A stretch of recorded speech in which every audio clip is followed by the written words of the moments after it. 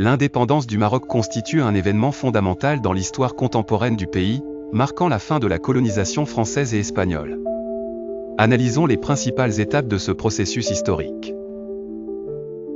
En 1912, le Maroc est placé sous protectorat français par le traité de Fès, accordant à la France l'administration et le contrôle du pays, tout en maintenant le sultan comme chef religieux et symbolique. Parallèlement, certaines régions du nord et du sud du pays, comme le Rif et le Sahara, sont placées sous protectorat espagnol, divisant ainsi le Maroc en plusieurs zones d'influence, française, espagnole et internationale, comme Tanger. Dès les années 1930, des intellectuels et leaders politiques marocains commencent à contester la domination coloniale, exigeant le retour de la souveraineté nationale et l'unité territoriale. En 1944, le parti de l'Istiqlal joue un rôle crucial en présentant le manifeste de l'indépendance, exigeant la fin du protectorat.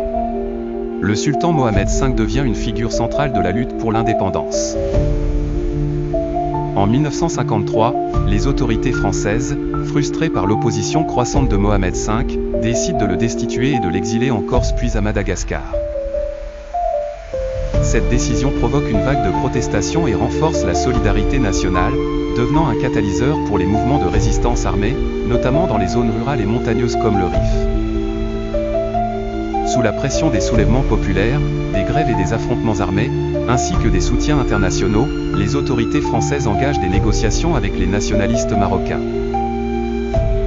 Mohamed V est autorisé à rentrer au Maroc en 1955, où il est accueilli en héros, et entame immédiatement des discussions pour mettre fin au protectorat. Le 2 mars 1956, la France reconnaît l'indépendance du Maroc. Quelques mois plus tard, l'Espagne met fin à son protectorat sur le nord du pays. Certaines régions, comme le Sahara espagnol, restent sous contrôle espagnol jusqu'en 1975. Tanger, sous régime international, est réintégré au territoire marocain la même année. Mohamed V devient le symbole de l'unité nationale et initie des réformes pour moderniser le pays tout en maintenant la monarchie comme système politique.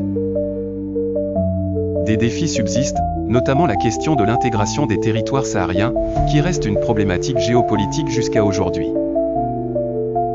L'indépendance du Maroc est donc le fruit d'un long combat politique, diplomatique et populaire, témoignant d'une forte synergie entre le roi, les mouvements nationalistes et la population. Elle représente une étape clé dans l'émancipation des pays africains au XXe siècle.